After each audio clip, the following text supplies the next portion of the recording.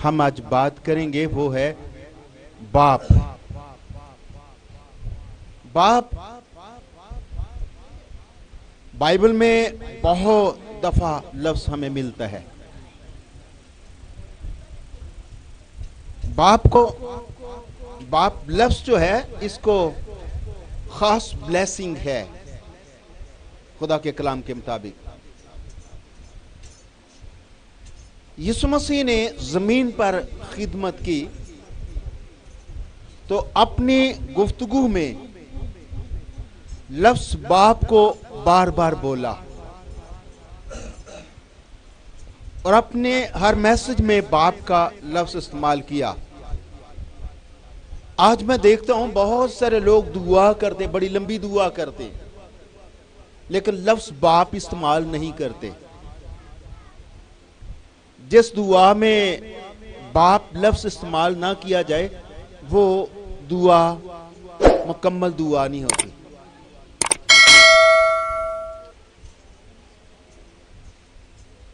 यीशु मसीह ने अपने मैसेज में और अपनी गुफ्तगू में इंसान को समझाने की कोशिश की कि वो बाप को समझें। बाप क्या है? वो बाप का जिक्र किया जा रहा है वो आसमानी बाप है। एक तो आसमानी बाप है, एक हमारा जमीन पर जो बाप पैदा करने वाला है वो बाप है। फिर एक रूहानी बाप जो आप तक कलाम पहुंचाता है, वो कलाम पहुंचाता है, रूहानी खिदमत करता है, वो भी बाप है। जैसे पालूस तमोथियस को फर्जंद कहता है। फिर एक वो बाप जिसको कानून बाप बनाता है। कानून किसको बाप बनाता है? लॉ, फादर इन लॉ,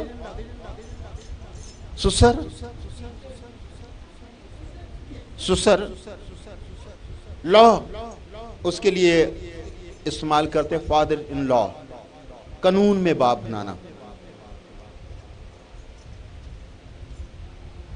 अगर कोई जमीन पर बाप को नहीं समझा, अगर कोई शख्स जमीन पर बाप लफ्ज को नहीं समझ सका या जमीन वाले बाप को नहीं समझ सका तो कभी भी वो आसमानी बाप को नहीं समझ सकता।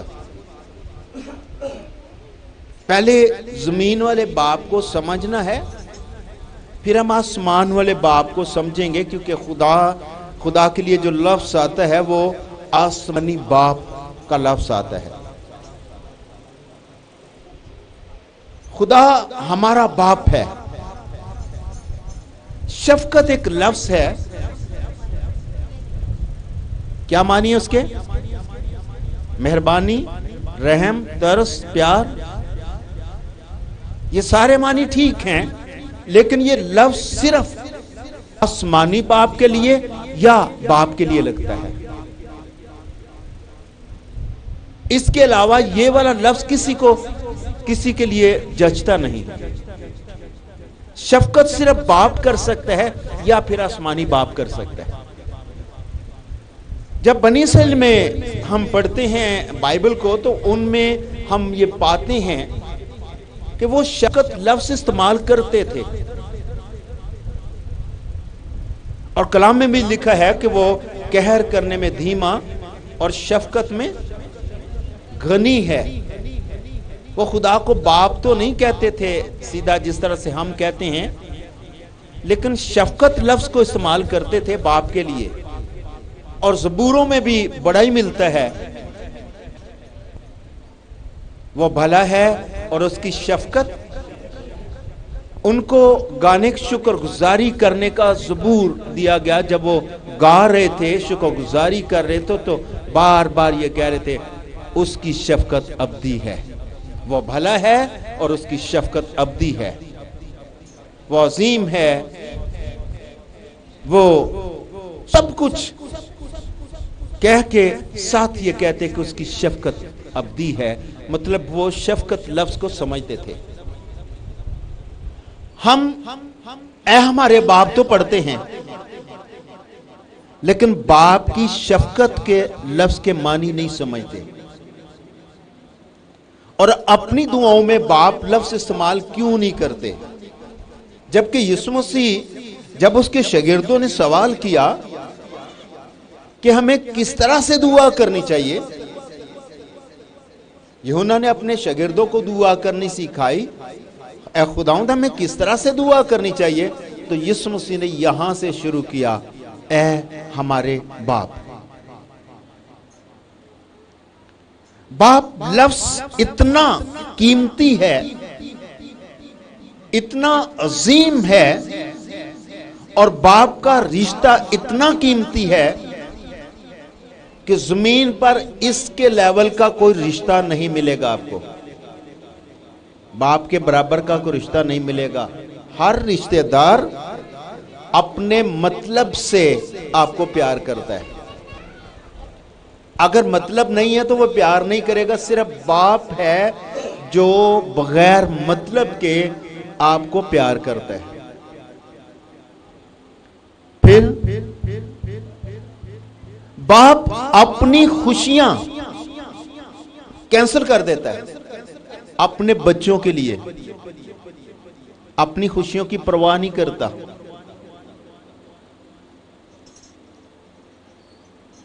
मैंने बहुत सारे ऐसे बाप देखे हैं जो बच्चों को किसी त्योहार पर कपड़े देते हैं, सबके जूतियां कपड़े नए, और जब उनसे कहा जाए कि आप अपने क्यों नहीं लेते, तो कहते मैं बाद में ले लूंगा, लेकिन बाद में भी नहीं लेते, फिर अगली दफा ले लेंगे। खैर होता है ऐसे। बाप का लफ्ज बड़ा ही कीमती है, और इसमें शफकत है, इसमें जो मेहरबानी है वो किसी दूसरे में नहीं है। कभी कभी मैंने ऐसे भी देखा कि बाप अनपढ़ होता है और वो चाहता है कि उसका बच्चा अच्छे स्कूल में तालीम हासिल करे। होता है कभी ऐसे भी, उसका बच्चा बड़ा अफसर हो, उसका बच्चा आला तालीम हासिल करे और उसके बच्चे का नाम हो। और कई बार मैंने देखा कि बाप अपने कारोबार पर अपने बच्चे का नाम लिख देते हैं। जनरल स्टोर, मेडिकल स्टोर अपने बच्चे के नाम पे लिख देते हैं। क्यों ऐसा करते हैं? मेहनत तो उसने की है ना, लेकिन उसके अंदर शफकत इस कदर होती है अपने बच्चों के लिए कि वो अपना नाम काट के, अपने नाम की तरक्की को काट के वो बच्चों की तरक्की पे खुश होते हैं। ये सिर्फ बाप कर सकता है, बाप के अलावा कोई नहीं कर सकता। जमीन पर हमें बाप को समझना है। अगर हम जमीन पर बाप को नहीं समझेंगे तो कभी भी आसमानी बाप को नहीं समझ सकेंगे। खुदा ने जमीन पर इंसान को जब पैदा किया तो खुदा की सोच ये थी कि वो जमीन पर एक खानदान बनाए। आदम और हवा, उनका कौन बाप था?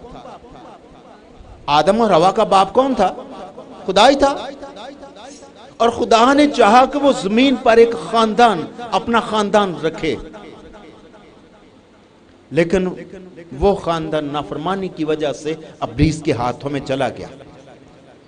फिर उसने अपने बेटे को जमीन पर भेजा ताकि वो उनको मोल ले, खरीद ले, और खरीद कर क्या करे? फिर एक खानदान बनाए, और उस खानदान का फिर एक बाप हो, वही बाप आसमानी बाप। और यीशु मसीह ने उनको, जो उसको कबूल करते हैं, फर्जंद होने का हक दिया। हमें फिर से फर्जंद होने का हक मिला। हम फिर से आसमानी बाप के बेटे हुए, और आसमान पर एक ही खानदान होगा, एक ही खानदान होगा। उसका एक बाप, फिर एक इकलौता बेटा, उसके बाद सारे बेटे। सब फर्जंद आसमान पर एक ही खानदान होगा जो अपने बाप से नामजद होंगे, और उनमें से हर एक के माथे पर उनके बाप का नाम लिखा हुआ होगा, आसमानी बाप का। इसलिए हमें आज चंद एक बातों में यह सीखना है। आज चूंकि खास फादर के लिए दिन है, तो हम चंद एक बातें सीखेंगे बाप की शफकत के हवाले से। हर एक बाप अपने बेटे की तरक्की के लिए अपनी लाइफ दांव पर लगा देता है और चाहता है कि उसका बाप तरक्की करे। बाप या बेटा? बेटा तरक्की। बाप के बारे में कुछ सोचता है? हर एक बेटा अपने बेटे के बारे में सोचता है। हर एक बेटा अपने बेटे के बारे में सोचता है, अपने बाप के बारे में नहीं सोचता। एक खास बात आप तक पहुंचाना चाह रहा हूं, आप उस पर गौर करें। हर एक बाप चाहता है कि उसका बेटा जब पैदा होता है उसको अच्छी खुराक मिले, उसको अच्छा वाला दूध मुहैया किया जाए, अच्छा स्कूल, अच्छे कपड़े, अच्छी तालीम, सब कुछ चाहता है ना बाप? ये चाहता है ना? लेकिन अगर कोई बाप, उसका अगर बाप जिंदा हो, अपने बाप के बारे में ना सोचना शुरू कर दे, ये बूढ़ा है, ये बाप है, ये बूढ़ा है, इसको अच्छी खुराक होनी चाहिए, इसको अच्छा कपड़ा होना चाहिए, इसका रहन सहन अच्छा होना चाहिए, इसका बेड अच्छा होना चाहिए, इसका कमरा अच्छा होना चाहिए, इसके लिए गाड़ी अच्छी होनी चाहिए।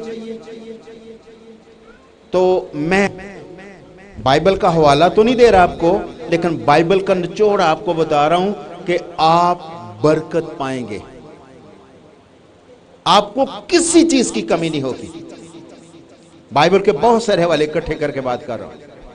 उम्र दराज होगी, बाइबल में लिखा है, फिर सारे बदन की तरक्की होगी, सेहत होगी, सारे बदन की नाफ की सेहत होगी। ये हवाले सारे बाइबल के ही। लेकिन कब ये होगा? अगर कोई बेटा अपने बाप की तालीम को अपने गले का तौक बनाएगा, तो उसका ख्याल करेगा, तो जितना ख्याल हम अपने बच्चों के बारे में करते हैं ना, बाप के बारे में भी कीजिए। बाप जिसने आपको पैदा किया, उसका भी एक हक बनता है। कलाम में बच्चों के बारे में तालीम तो मिलती है, उनकी सही तरबियत की जाए, लेकिन बाप के बारे में मिलता है। अगर तो अपने बाप की कदर करेगा, अगर तो अपने बाप की इज्जत करेगा, तो फिर क्या होगा? उम्र की दराज से ही मिलेगी। बरकत का वादा इसके साथ है। इमसाल में चलिए,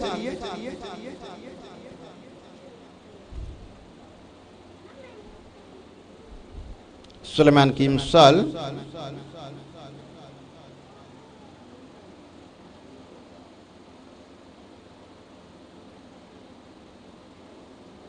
चौथे बाब में 20वीं आयत से पढ़िए। ऐ मेरे बेटे मेरी बातों पर तवज्जो कर, ऐ मेरे बेटे मेरी बातों पर तवज्जो कर, मेरे कलाम पर कान लगा, और मेरे कलाम पर कान लगा। उसको अपनी आंख से ओझल ना होने दे, उसको अपनी आंख से ओझल ना होने दे। किसको? बातों को, बाप की बातों को। ओझल ना होने दे, उसको अपने दिल में रख, बाप की बातों को अपने दिल में रख, क्योंकि जो उसको पा लेते हैं, क्योंकि जो उसको पा लेते, किसको पा लेते हैं? बाप की बातों को। जो बाप की बातों को पा लेते हैं, ये उनकी हयात ये और उनके सारे उनकी जिस्म की सेहत है। हयात और उनके सारे जिस्म की सेहत है। क्या? बाप की बातें, बाप की नसीहत, ये आपकी सेहत, बल्कि सारे जिस्म की सेहत। अगर आप सेहतमंद रहना चाहते हैं, अगर आप तंदुरुस्त रहना चाहते हैं, तो फिर कलाम में लिखे अपने बाप की बातों को, अपने कलाम को अपनी आंखों से ओझल ना होने दे। और फिर लिखा है, अपने दिल में रख इन बातों को, तुझे सेहत मिलेगी। कितनी सेहत मिलेगी? सारे जिस्म को सेहत मिलेगी, पूरे जिस्म को। अगर पूरा जिस्म सेहतमंद हो तो फिर क्या होता है? उम्र की दराजी भी मिलेगी, उम्र भी लंबी होगी, सेहतमंद भी होगे, उम्र भी लंबी होगी। अगर आप अपने बाप की बातों को, बाप के मुंह के कलाम को अपने दिल में रखेंगे, आंखों से ओझल ना होने दें। आज का बच्चा अपने बाप को अगर हकीर समझता है, अगर उसका मजाक उड़ाता है, उसकी बातों को बेवकूफी समझता है, तो कभी तरक्की नहीं करेगा।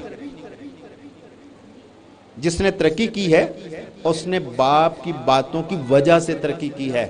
उसको पीरी भी मिली है, इज्जत भी मिली है, उम्र की दराजी भी मिली है, उसको दौलत भी मिली है, उसको कामयाबी मिली है। जिसने अपने माँ बाप की कदर की है, इज्जत की है। बाप की इज्जत करना सीख जाओ तो आपको खुदा बाप की कदर करना आ जाएगी। बाप की शफकत को समझ जाओ तो आप खुदा की शफकत को समझ जाएंगे। इसलिए हमें बाप के बारे में समझना जानना जरूरी है। आज का दिन मौका मिला है, मैं चंद एक बातें आप तक पहुंचाऊंगा, फिर आपको भी मौका दूंगा। अगर कोई बात करना चाहे तो आप बात कर सकते हैं। यीशु मसीह ने लोगों तक ये तालीम पहुंचाने के लिए कि बाप क्या है, बाप की शफकत क्या है, बाप की शान क्या है, ये सिखाने के लिए एक तमसील कही। और तमसील क्या है? वो मुसरफ बेटे की तमसील। लूका की इंजील के 15वें बाब में एक तमसील कही, उस पर थोड़ा सा गौर करके हम बाप के लफ्ज को समझेंगे। बाप का दिल कैसा होता है, बेटे का दिल कैसा होता है, उसको समझेंगे। लूका की इंजील के 15वें बाब में ये स्टोरी शुरू होती है 11वीं आयत से। यीशु मसीह ने तमसील कही। तमसील ये है, फिर उसने कहा कि किसी शख्स के 2 बेटे थे। उसने कहा किसी शख्स के 2 बेटे थे। उनमें से छोटे ने बाप से कहा, छोटे ने बाप से कहा, ऐ बाप, माल का जो कुछ मुझको पहुंचता है मुझे दे दे। उसने अपना माल मता उन्हें बांट दिया। सुनिए, गौर से सुनिए। 2 बेटे थे, छोटे बेटे ने सवाल किया, ए बाप, ए बाप, माल का जो हिस्सा मुझे पहुंचता है मुझे दे दे। आगे लिखा है, उसने अपना माल मता उन्हें बांट दिया, उन्हें बांट दिया।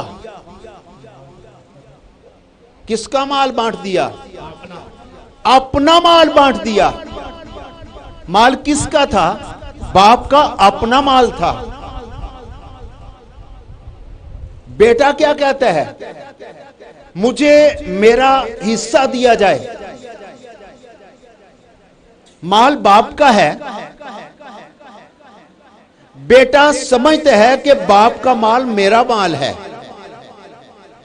और बाप समझता है मेरा माल मेरा नहीं है। यह फर्क है बाप के दिल और बेटे के दिल में। बाप अपने कमाए हुए माल को कहता है मेरा नहीं है, इनका ही है।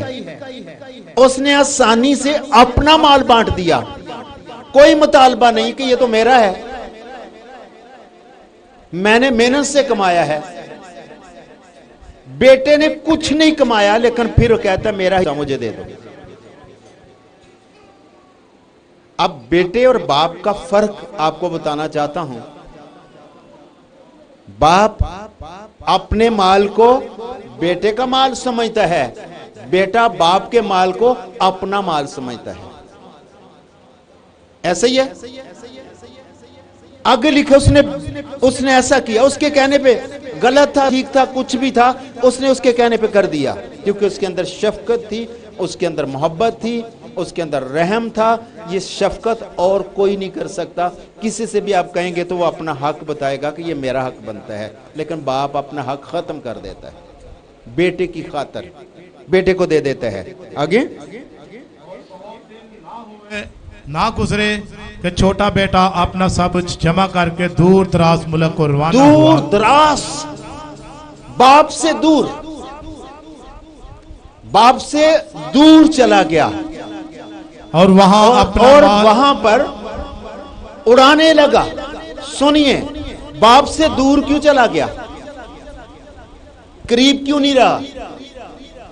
उसको पता था कि बाप के सामने आवारगी नहीं चलेगी, बाप तो टोकेगा, तो बेहतर यह है कि बाप से दूर ही चले जाते हैं। बाप से दूर चला गया अपनी मर्जी करने के लिए, अपने आप को खुश करने के लिए। बाप की शफकत से दूर चला गया, बाप से दूर दराज के मुल्क में चला गया। बहुत सारे लोग आज भी बाप से दूर रह के खुश रहना चाहते हैं, लेकिन कोई भी खुश नहीं हो सकता बाप से दूर रह के। अगर खुशी मिलती है तो बाप के साथ रह के मिलती है। यहां पर हम सीखेंगे कि बाप से दूर चला गया और अपना माल उड़ा दिया। अब बाप से दूर जब चला गया, अब उसके दिल में क्या ख्याल थे कि वो वहां पर जाके खुशहाल हो जाएगा, वहां पर उसकी तरक्की हो जाएगी, वहां पर वो बड़ा आदमी बन जाएगा, उसके पास माल होगा, लोग उसका पीछा करेंगे। लोगों ने उसका पीछा तो किया, लोगों ने उसकी कदर तो की, लेकिन तब तक जब तक माल था, माल के बाद खत्म। लोगों की मोहब्बत माल तक होती है, लेकिन बाप की मोहब्बत बच्चे तक होती है, बच्चे से करता है, माल से नहीं। दूर दराज चला गया। छोटा बेटा था या बड़ा बेटा था? ये बड़े बेटे का क्यों नहीं लिखा? यीशु मसीह ने तमसील देते वक्त बड़ा बेटा क्यों नहीं कहा? तमसील है ना, सीखते हैं ना इससे। उसने छोटे बेटे का कहा कि छोटे ने हक मांगा, बड़े ने क्यों नहीं मांगा? बड़े का मतलब, ये छोटे का मतलब है छोटी सोच वाला, बड़ा बड़ी सोच वाला। जो बड़ा सोचता है वो बाप के करीब करीब रहता है, जो छोटी सोच वाला है बाप से दूर दूर रहना चाहता है। आज भी ये रूहानी बात भी करते हैं। जिनकी सोच छोटी है वो खुदा से दूर रह के तरक्की करना चाहते हैं। और जिनकी सोच बड़ी है वह खुदा के कदमों में आके तरक्की करना चाहते हैं। छोटे बेटे ने यह फैसला किया कि बाप से दूर रह के ज्यादा तरक्की मिलेगी, ज्यादा इज्जत मिलेगी। लेकिन क्या लिखा है कलाम में?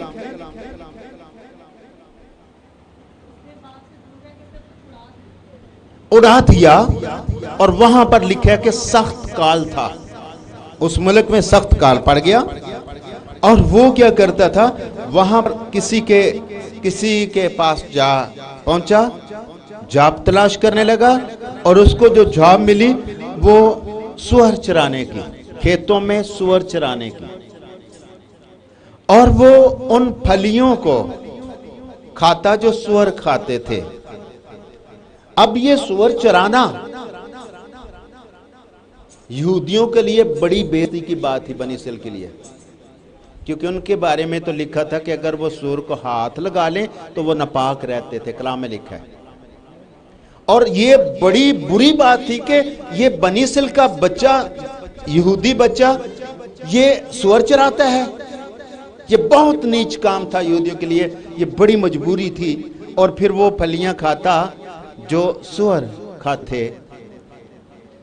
फलस्तीन में ऐसी फलियां दरख्तों को लगती हैं जो नीचे गिरती हैं, और गरीब लोग उनको खुराक के तौर पर इस्तेमाल भी करते थे। उनमें मिठास भी थी उन फलियों में।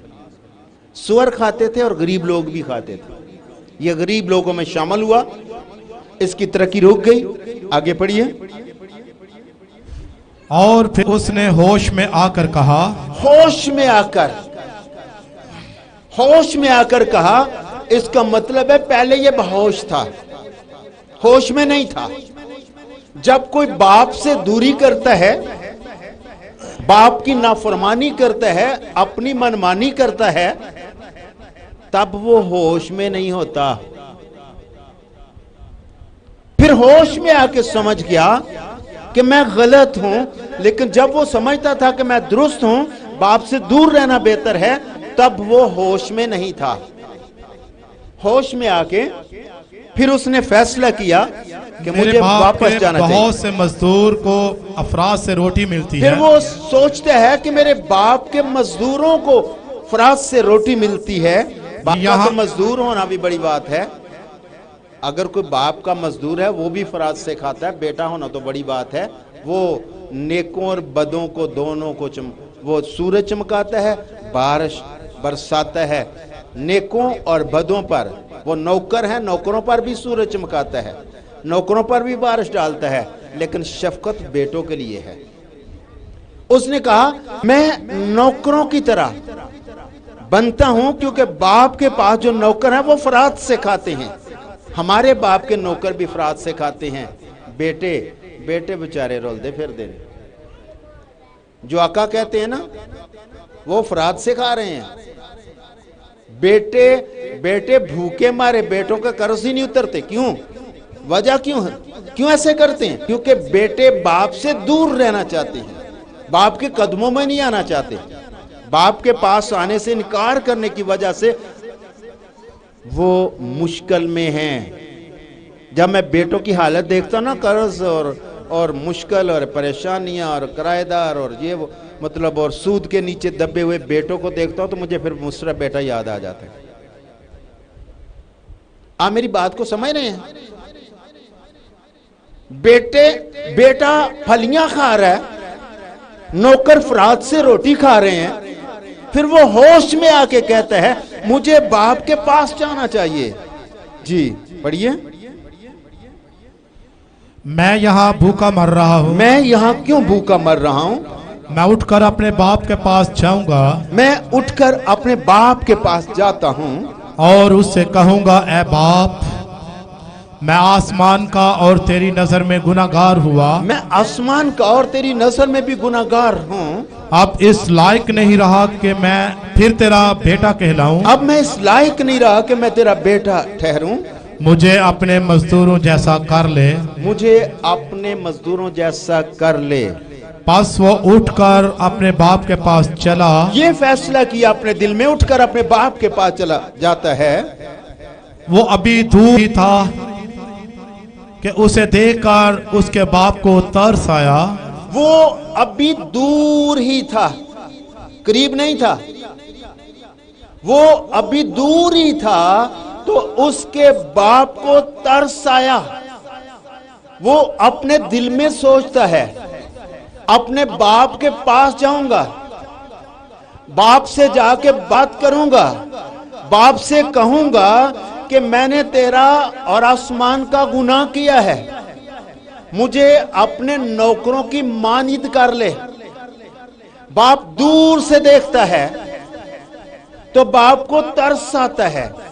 अच्छा ये बताइए, बाप को पता चल गया था इसके दिल में क्या है?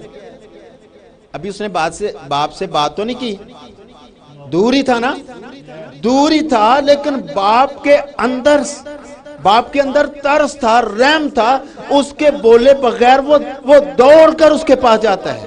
अभी वो दूर ही था, अभी उसने कोई बात नहीं की, बाप ने उसे कबूल किया। और कलाम में लिखा है बाप दौड़कर, अभी वो दूर ही था तो उसके बाप ने उसे देखा, तरस आया और दौड़कर उसे गले लगाया और चूमा।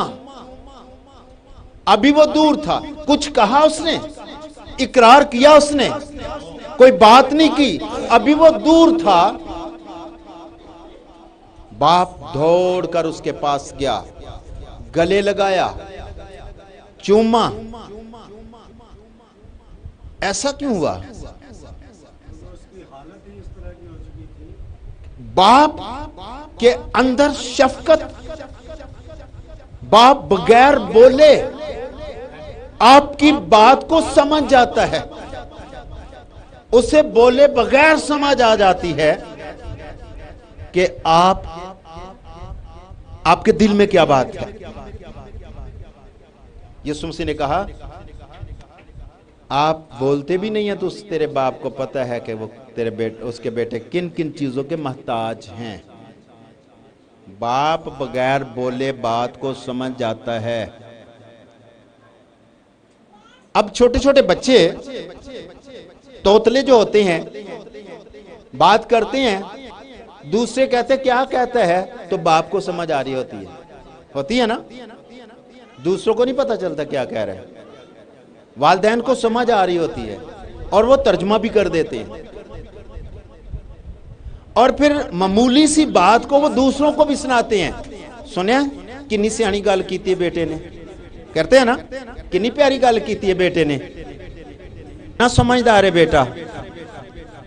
तो जब उसका बाप बात करता है फिर कहते हैं तेनू तो समझ ही नहीं, कहते हैं ना, वो बड़ा तजर्बाकार है, उसको तो समझ ही नहीं है, तो इसको कोई तजर्बा भी नहीं है, ये बड़ा समझदार हो जाता है। बाप का दिल ही कुछ इस तरह का होता है। लेकिन अगर बाप अपने बाप को भी समझ जाए ना तो ये बहुत बड़ी बात है उसकी। हम बच्चों को तो समझ लेते हैं छेती, लेकिन अपने बाप को नहीं समझते। अब बात जो हम कर रहे हैं वो दूर से दौड़ कर जाता है और तरस खाता है, गले लगाता है, चूमता है। आगे पढ़िए। बेटे ने उससे कहा ए बाप। बेटा करीब आता है, बाप ने उसे गले लगा लिया, बाप ने उसे चूमा। थोड़ी सी बात गौर से सुनिए। बाप उसे प्यार कर रहा है, बाप उसे गले लगा रहा है, बाप उसे चूम रहा है।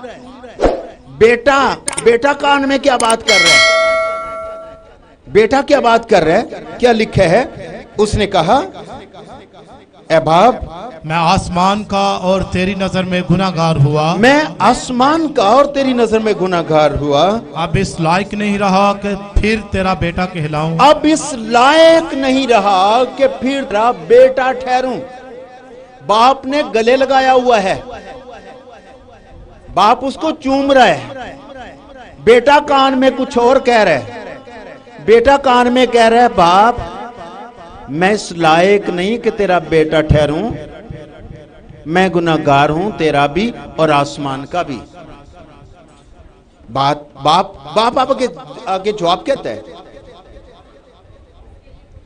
बाप ने अपने नौकरों से बाप ने अपने नौकरों से कहा अच्छे से अच्छा लिबास जल्द अच्छे निकाल से कर उसे अच्छा पहनाओ लिबास जल्द तैयार करो और उसके हाथ में अंगूठी और उसके हाथ में अंगूठी पहनाई और पाँव में जूती पहनाओ और पाँव में जूती पहना दी। गौर से सुनिए इस बात को, तवज्जो कम दे रहे हैं, गौर से सुनिए, बड़ी खास बात आप तक पहुंचाना चाह रहा हूं। बाप दौड़कर दूर गया, अभी वो दूर ही था तो बाप दौड़ता, बेटा नहीं दौड़ा, बाप दौड़ा। उसे गले लगाया, बेटे ने नहीं, बाप ने। उसे चूमा, बेटे ने नहीं, बाप ने चूमा। बेटा कान में कुछ और कह रहा है, बेटा कह रहा है मैं गुनाहगार हूं, इस लायक नहीं कि तेरा बेटा ठहरूं। अपना म्यार बताता है कि मेरा म्यार किस तरह का है, मैं इस लायक नहीं कि तेरा बेटा ठहरूं। और बाप ये बात सुनते ही नहीं है, बाप इस बात पर तवज्जो ही नहीं दे रहा। वो कह रहा है कि मैं इस लायक नहीं कि तेरा बेटा ठहरूं।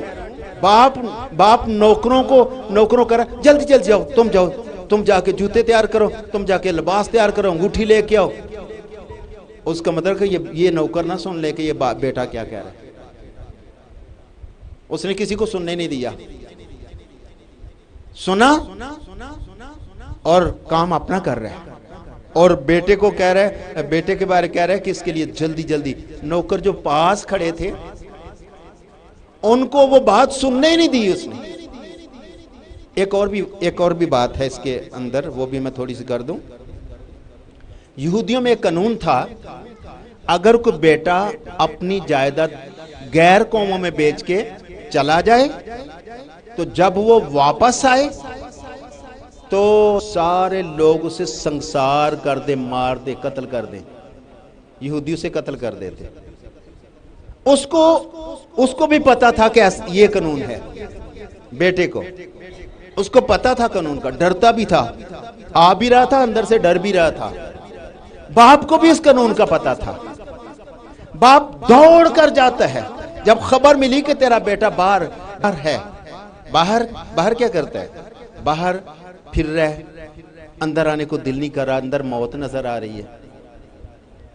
बाप दौड़कर बाहर गया और बाहर जाता है, उसे गले लगाता है, चूमता है।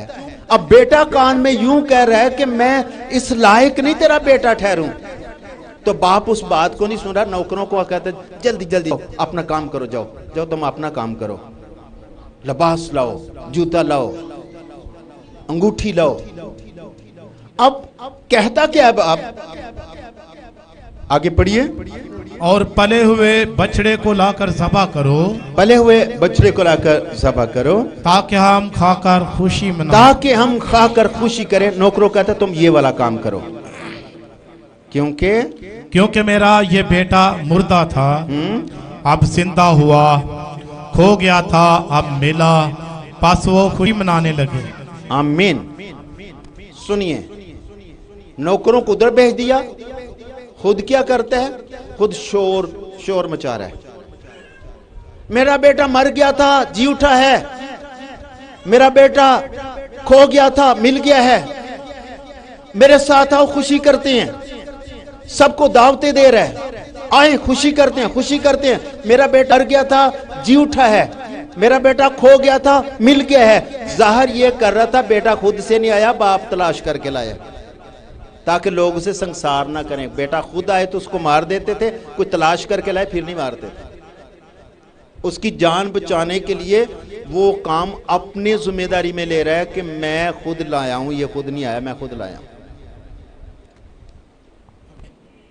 ये बाप की शफकत है, बाप का रहम है, बाप का तरस है। कई बार मैंने ये भी देखा है, जिस्मानी बाप को मैंने ये भी करते देखा है, बेटा गलती कर रहता है ना, माशरे में बदनाम होने लगता है तो माँ बाप पता क्या, और नहीं ये उसका नहीं था मसला, ये हमारा था, हमने गलती की थी। उनके गुनाह अपने ऊपर ले लेते हैं।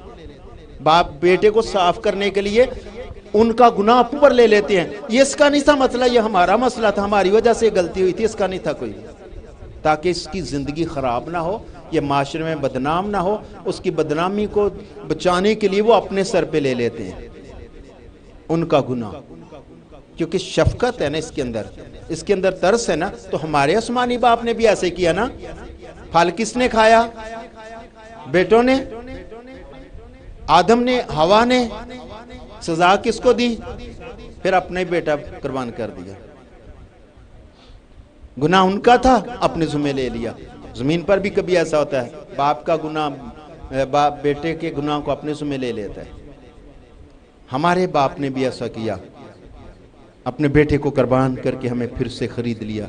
ये बाप की शफकत है। अगर आप इन बातों को सुन रहे हैं, जमीन पर बाप की अहमियत को समझिए, फिर आसमान पर के बाप की, फिर रूहानी बाप की जिससे आप कलाम सुनते हैं, फिर जो कानून ने आपको बाप दिया उसकी भी। फिर बाइबल एक और भी बात करती है, जो उम्र में बड़े हैं, बुजुर्ग हैं, उनकी भी कदर करो। बाप समझकर उनकी कदर की जाए, उनकी इज्जत की जाए। खुदावंद आपको बरकत दे। आमीन।